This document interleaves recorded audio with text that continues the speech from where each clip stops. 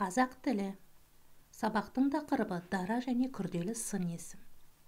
Оқу мақсаты мәтін мазмұнын анықтауға бағытталған сұрақтар құрастыру және жауап беру.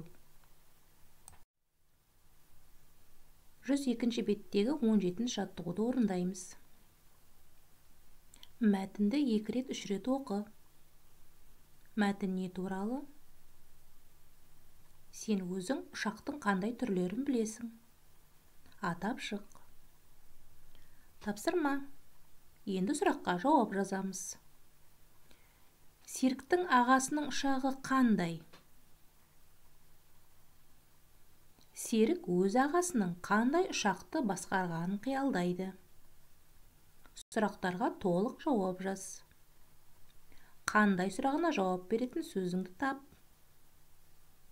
Астын ерек сызықпен сыз.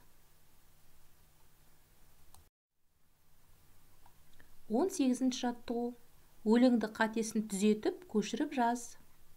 Мынау жасыл қарындаш. Мұнымен күлті бояймын. Мынау көк қарындаш. Мұнымен суды бояймын. Қате сөзді тауып түзет. Содан соң көшіріп жаз. Гүлді, суды деген сөздерді сөз құрамына талда. Яғни түбірі мен қосымшасын сызасың.